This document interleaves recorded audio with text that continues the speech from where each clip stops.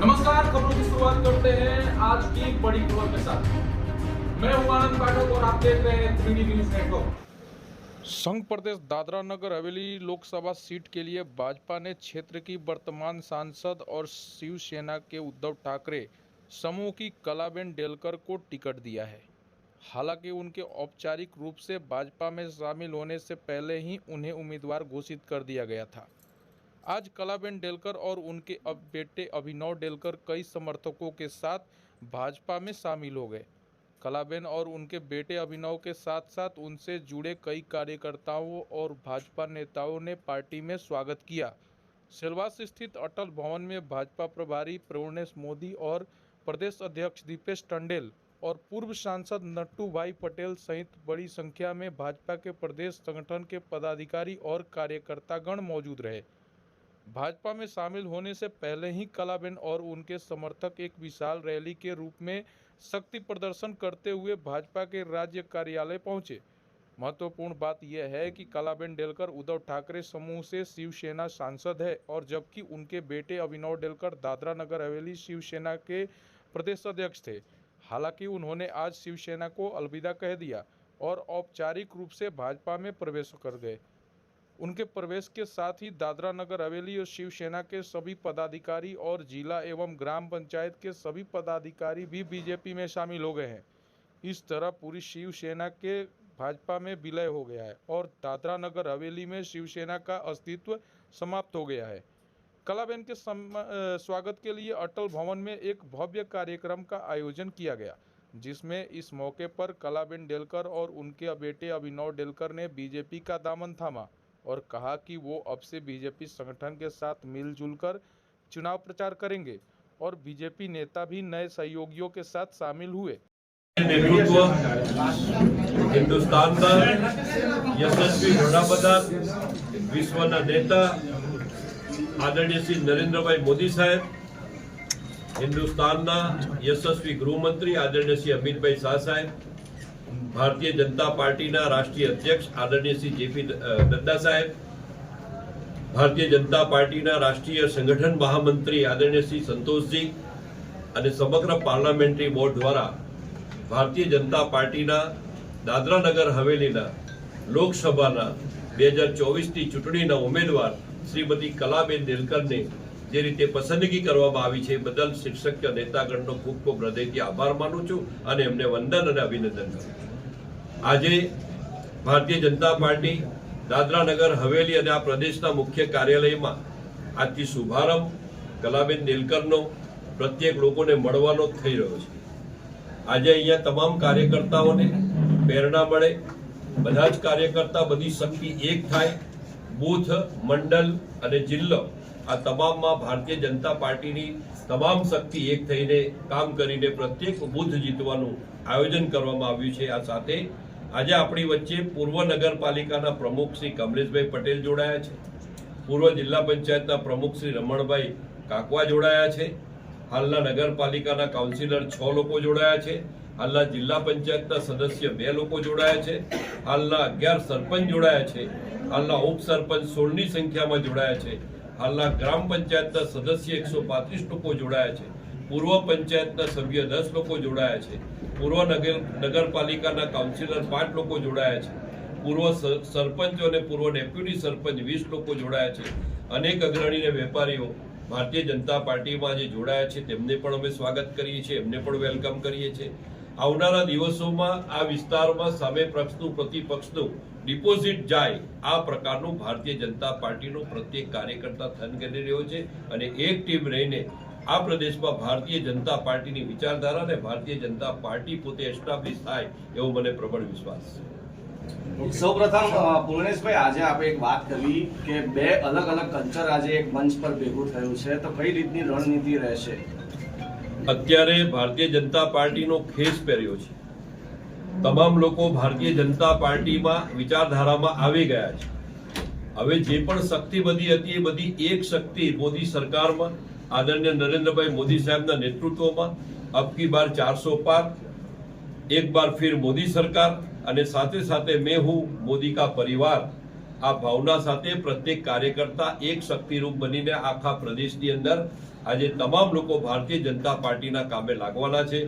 આ તમામ કાર્યકર્તાનું હું વેલકમ પણ કરું છું, અભિનંદન પણ પાઠવું છું અને આ રીતે પ્રત્યેક કાર્યકર્તા પ્રત્યેક બૂથ જીતે એની મહેનતમાં લાગી જશે એવો મને પ્રબળ વિશ્વાસ છે. પુણેશભાઈ, કઈ રીતે સંકલન થશે ચૂંટણી પ્રચારમાં ભાઈ બંને પક્ષો તરફથી? જે સૌથી પહેલા તો ભારતીય જનતા પાર્ટીનું કાર્યાલય એ હંમેશા કાર્ય કરવા માટે, રણનીતિ માટે, કાર્યપદ્ધતિ માટે કામ કરતું હોય છે અને કાર્યાલયથી જ બધી જ ભારતીય જનતા પાર્ટીની રણનીતિ બનશે. ભાજપ કાર્યાલયમાંથી ચૂંટણી જીતવા માટે અનેક પ્રકારની રણનીતિ બનશે. આખું સંગઠનની ટીમ તૈયાર છે, નવી શક્તિનો પણ એમાં ઉમેરો થશે અને ફરીથી દરેક બૂથ, દરેક મંડળ અને દરેક જિલ્લો કેવી રીતે જીતાય એના માટે બધાની જોડે સંકલન ખૂબ મોટા પ્રમાણમાં થશે.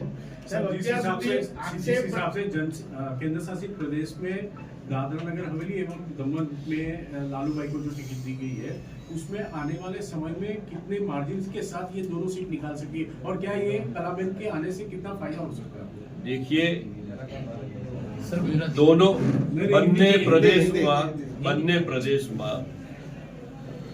છેલ્લા 5 વર્ષમાં કેન્દ્ર સરકાર આદરણીય નરેન્દ્રભાઈ મોદી સાહેબ દ્વારા પ્રદેશની અંદર આદરણીય પ્રફુલ્લભાઈ પટેલ સાહેબના નેતૃત્વમાં વિકાસના કામો, અમારી 3 નગરપાલિકા, 3 જિલ્લા પંચાયતની ટીમ, આ બધી સ્થાનિક સ્વરાજ્યની સરકારથી લઈને પાર્લામેન્ટ સુધી 14,000 કરોડના વિકાસના કામોનું લોકાર્પણ થયું છે. કેટલાક કામોનું પાઇપલાઇનમાં છે, કેટલાક કામોનું ખાતમુહૂર્ત થયું છે. આ જોતા સમગ્ર જે ડેવલપમેન્ટ છે, જે કાયાપલટ થઈ છે છેલ્લા 5 વર્ષમાં, પ્રત્યેક લોકો ભારતીય જનતા પાર્ટીને, નરેન્દ્રભાઈ મોદી સાહેબનો આખો દેશ આજે ઠન ગણી રહ્યો છે. એમાં આપણો પ્રદેશ પણ બાકી નથી.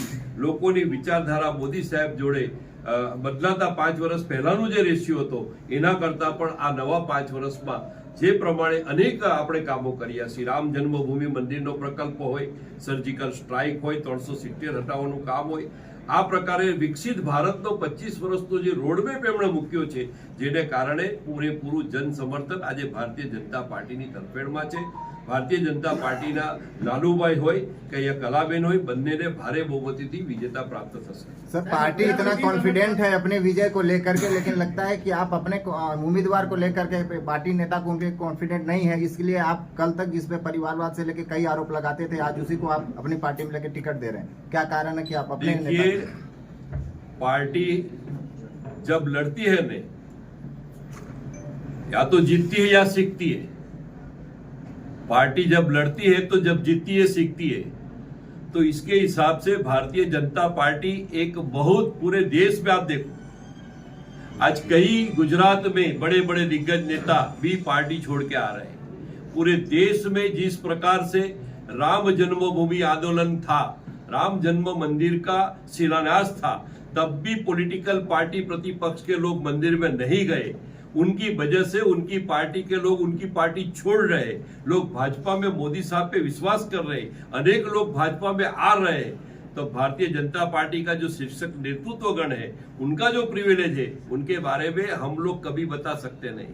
वहां हमारी पार्लियामेंट्री बोर्ड में जो भी कैंडिडेट हमको दिया है, वो हमारे लिए जो आदेश होता है, वो आदेश के आगे चलने वाले लोग हैं.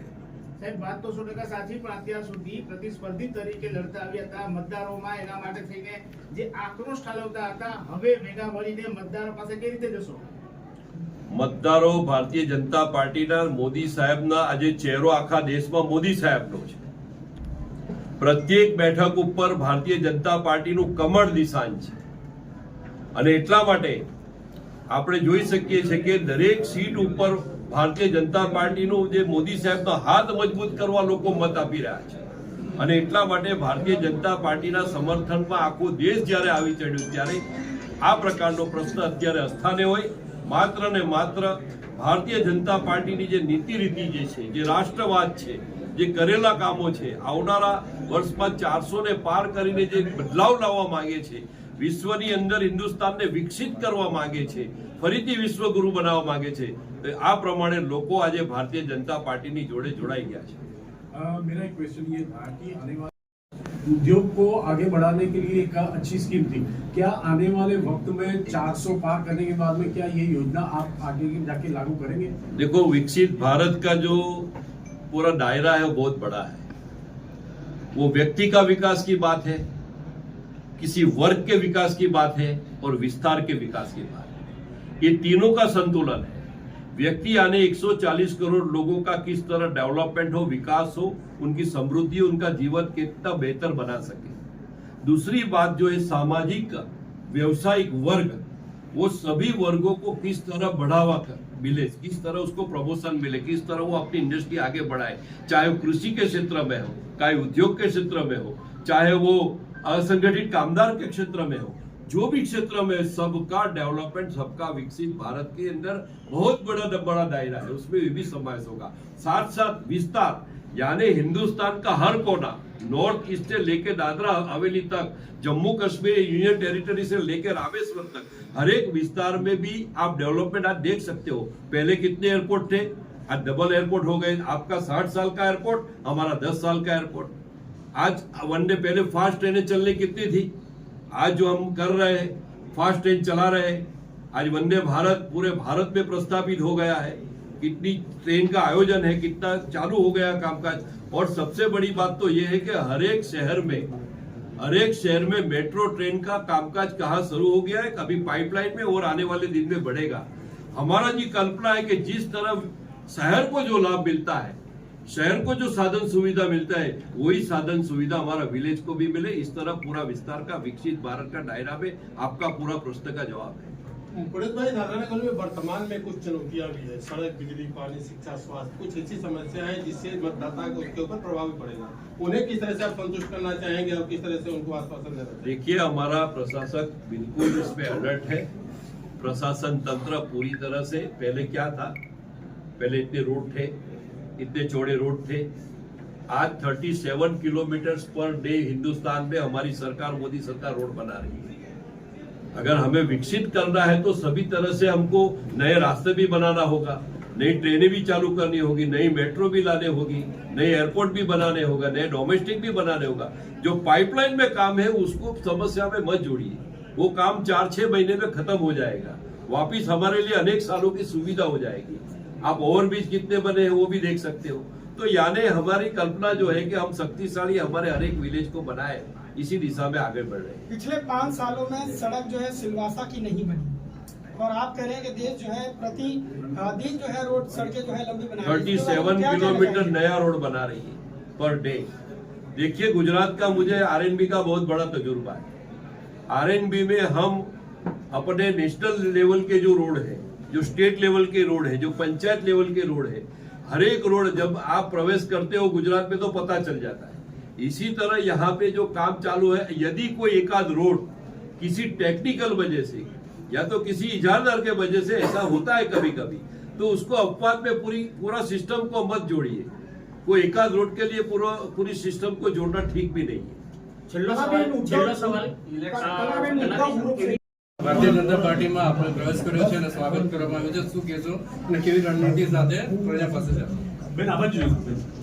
પહેલા તો માન્ય આપણા પ્રધાનમંત્રી મોદી સાહેબનો ખૂબ આભાર વ્યક્ત કરીશ, આપણા સામાન્ય અમિત શાહજીનો ખૂબ આભાર વ્યક્ત કરીશ, આપણા દેશના અધ્યક્ષ જેપી નડ્ડાજીનો પણ ખૂબ આભાર વ્યક્ત કરીશ કે જેમણે મારા પર આ વિશ્વાસ રાખ્યો છે ને હું વિશ્વાસ પર ખરી ઉતરીશ। જે તમે કીધું છે કે કેવી રીતના અમે આગળ વધીશું, જરૂર સમસ્યા ઘણી બધી છે, ઘણા બધા પ્રશ્નો હલ પણ થયા છે, ઘણા બધા બાકી પણ છે। હું ફર્સ્ટ ટાઈમ જ્યારે આપણા પ્રાઇમ મિનિસ્ટર સાહેબ પાસે ગઈ, આપણા મોદી સાહેબ પાસે ગઈ હતી અને જ્યારે મેં પ્રદેશના જે પ્રશ્નો હતા એના માટે મેં વાત કરી અને મને ખૂબ જ એમને જે આશ્વાસન આપ્યું એ હું જોઈને આજે કહીશ કે જરૂર આપણા પ્રદેશના જે પણ પ્રશ્નો છે એમાં આપણે જલ્દીથી જલ્દી હલ કરી શકીશું અને આવતા દિવસોમાં આપણા પ્રદેશને ઉજ્જવળ ભવિષ્ય સારી રીતના બને। લોકોને વિશ્વાસમાં લઈને જ અમે પણ ભારતીય જનતા પાર્ટીમાં જોડાયા છીએ। એમના પ્રદેશના આદિવાસી સમાજ, ગરીબ સમાજનું ભવિષ્ય જોઈને જ અમે આમાં જોડાયા છે। તો જરૂર આવતા દિવસોમાં ભારતીય જનતા પાર્ટી સાથે હું હળીમળીને પ્રદેશના માટે આગળ કામ કરીશ અને ખાસ કરીને આપણા પ્રધાનમંત્રી મોદી સાહેબના તો આશીર્વાદ છે જ હું વિશ્વાસ સાથે કહીશ કે જરૂર આપણા પ્રદેશના જે પણ પ્રશ્નો છે તે હલ થશે.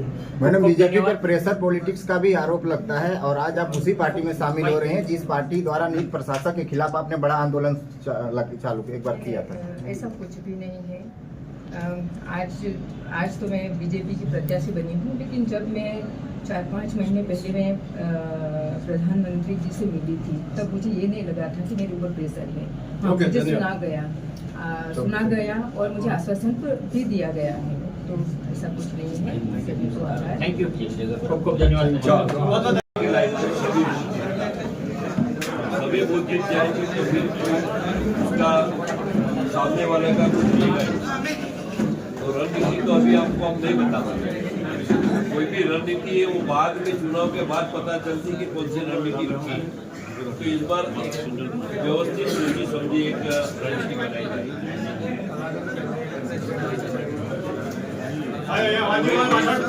मोदी जी के नेतृत्व में हर कोई भाजपा में आ रहा है और सबका भाजपा में हमने स्वागत भी किया है. अर्जुन बड़ोड़िया जी भाजपा में आए हैं, उनका भी स्वागत किया है.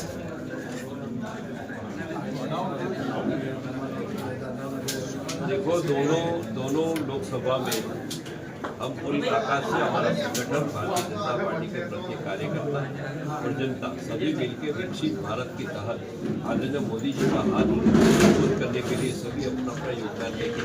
बहुत बड़ी मार्जिन में हमारा कमल निशान जो है भाजपा का जो प्रत्याशी है वो दोनों को, लालू भाई को और कलाबेन को देना पड़ेगा.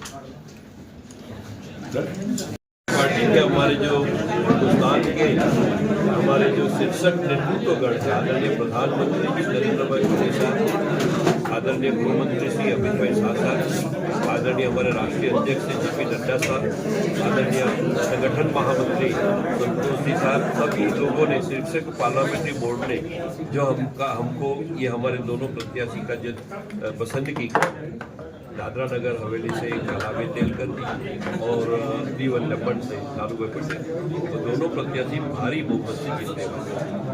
क्या आपको लगता है कि कास्ट फैक्टर के हिसाब से दोनों सीट को कोई न कोई फायदा मिले? मैं कभी भी हमारे शीर्षक नेता जब भी उनकी पसंदगी होती है तो हमारे से बहुत बड़ी सोच रखते हैं. उसके बारे में मैं कभी भी कोई बात नहीं करता, लेकिन एक बात जरूर करूँगा कि ये दोनों सीट हम बहुत बड़ी मार्जिन से जीतने वाले हैं, वो बात पक्की है.